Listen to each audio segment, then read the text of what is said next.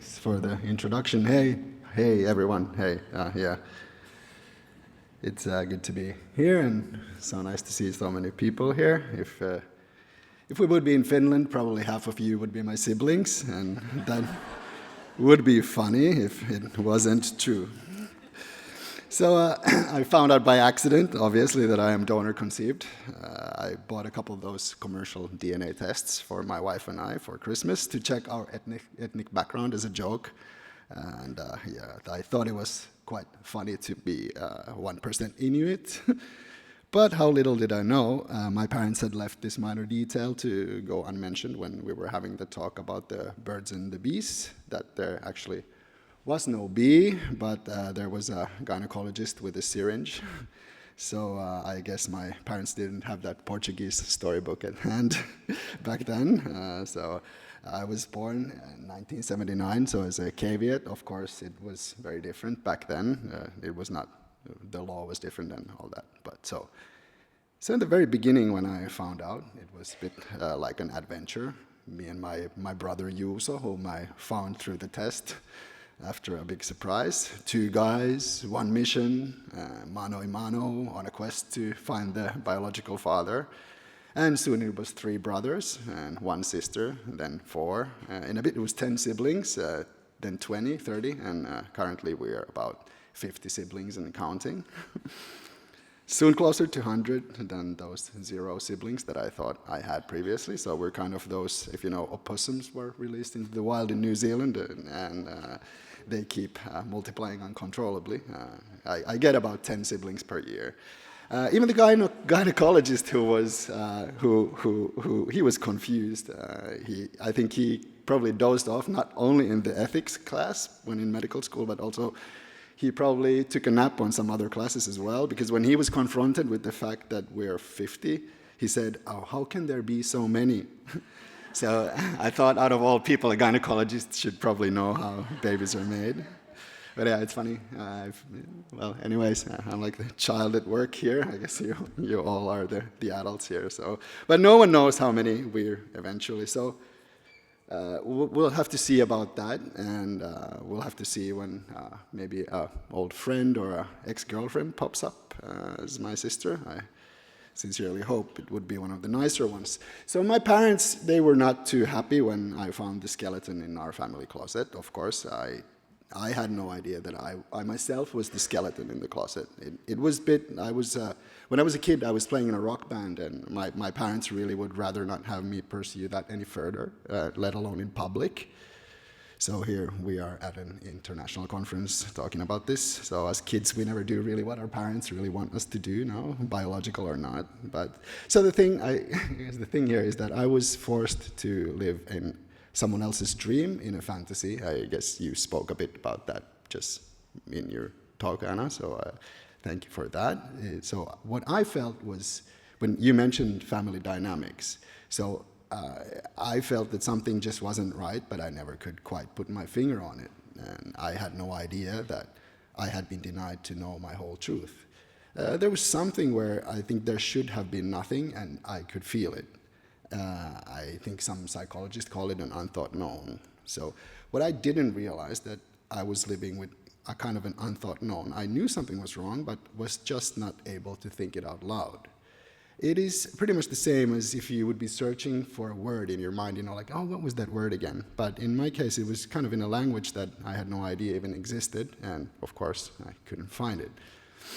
My parents, as is very common in donor-conceived families, they were scared of my possible identity crisis if I were to know about or how my biological background would affect my relationship with them.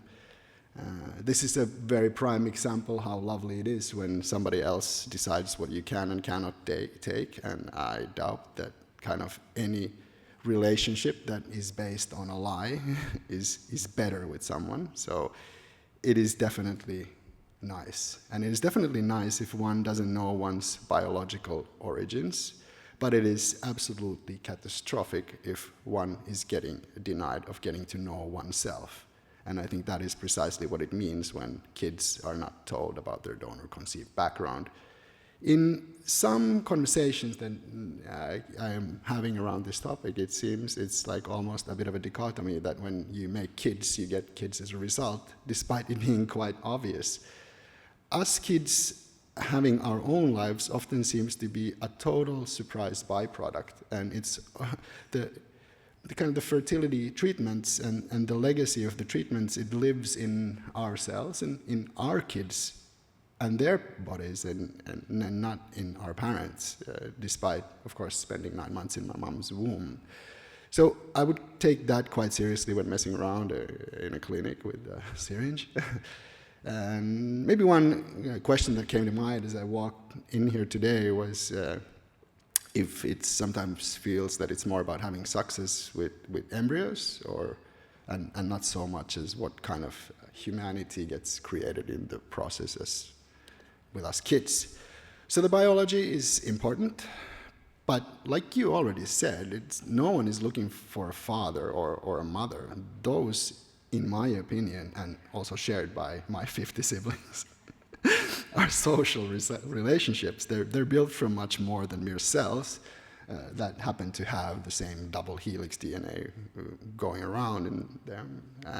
I already had a father when I found out. I was 39 years old. Of course, he was not perfect. No one is. And when I met my donor eventually, of course, he was not perfect. He was a bit surprised, though. But yeah, I have 4 kids, so parenting, I'm allowed to have a bit of a say. I think, in my opinion, it's a choice between love or fear, and it's never hard to see which one would feed on trust and honesty, even in difficult matters. But I think the happy thing for me has been the sibling part of things, and they have become very important to me. Some of them are as close as I can imagine, real sibling, as people like to say. Of course, I can't really tell the difference between a donor sibling and a real sibling. But I can say for sure that my relationships with my siblings are different than other friendships. We share a companionship along with our DNA and a bond which is impossible for me to describe. I can only say that it is different from all my other relationships. And I can also say with 100% certainty that the fantasy that I was forced to live in, without knowing the truth about my own life, it hit me way harder than any genetical background. Especially given the fact that my parents had this information all along. They hadn't told anyone, even their own parents. So it obliterated my trust. Even the gynecologist, as has been unfortunately common, had told them to keep it secret. That guy made me, so I'm not allowed to call him names, I think, but we can leave it at that. But it really felt like falling through myself when I got the information and realized that I had been lied to. But eventually I've luckily been able to forgive and feel absolutely blessed that it was possible to forgive my parents. I was lucky to be in therapy at the moment, as I found out, so of course that was very helpful. I take forgiveness quite seriously, and I see it that the one needs to walk in the shoes of the other to be truly able to forgive and take part of the responsibility, share the burden, and walk alongside. And it took me some years to get there with my parents. Luckily, they're now. My father passed very soon that I found out, so we were never able to really discuss the matter with him. But unfortunately, trust and forgiveness, they don't walk hand in hand. And I can tell you that it's much easier to forgive than to try and build the trust back.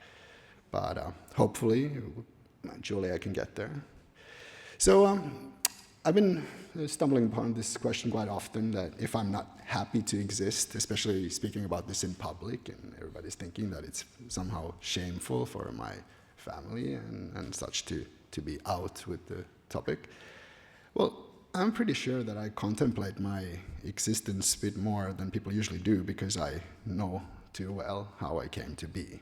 So I usually quote Vonnegut, the philosopher. He said so well that he said, "I was some of the mud that got to sit up and look around. Lucky me, lucky mud. Think of all the mud that didn't even get to sit up and look around." So I guess with me, the only major difference with the mud I'm from is that I got frozen and then defrosted once more than most of us. But yeah, I think if we all just realize what a coincidence it is for to exist at all, the complaints kind of stop short. But anyways, so we all yearn to be complete and to be whole, as if there was such state. But what does it make if one is denied being whole to begin with? What does it do to the relationships that this person has? If the person has a side he or she doesn't know even exists, a side that is based on a fantasy, all the relationships a person has are bound to be a bit unwholesome then. It was scary to look myself in the mirror and think, oh, who is that guy, or who is half of me? My wife was confused. She had not only my crisis to witness, but also she had to deal with her own. Her husband had never been exactly who we both had thought he was. Of course, I was the same person, but in a sense, there was a part of me was a total fantasy. She chose to conceive 4 kids with me. And I was looking at my kids whom had suddenly overnight started to have features from someone I didn't even know. My kids would look at some of my siblings who I'd known for like 2 seconds. And that was a bit scary for a time. I'm used to it now. But in all these relationships, then it made me think, how about the most important relationship one person could have, and which is the relationship with oneself. If that is based on a partial fantasy, where does it leave the person, being donor conceived or not? So, yeah, no one seemed in this process to understand that it extends to my kids as well, that it has an impact on how they see themselves. It's kind of, there are the parents, and the parents have a problem of conceiving, they get help, and kids are born, but that's that. It's never really, the thought process really goes only so far, but then I have my life, then my kids have their life, it just goes on, and it becomes, it's a part of everyone's identity, and everybody, if I don't know, my kids wouldn't know, their kids wouldn't know, so it just goes on. It's paradoxical that it's almost funny that when wanting to have children through these treatments, the people involved in the process rarely actually think about the children, and it's weird. So I recommend leaving people with their lives as true, as whole as possible, and only such a life can truly be lived as a wholesome life. And unfortunately, we all tend to forget sometimes what a privilege it is to be alive at all, and that one day we need to give this all away, so we're the lucky mud here. Let's congratulate ourselves. I can finish off, I wrote this poem after having one of my brothers who, again, didn't know his background. As in every tale of humankind, something can come out of nothing, so know you're nothing, and you know you're everything. Thank you, everyone.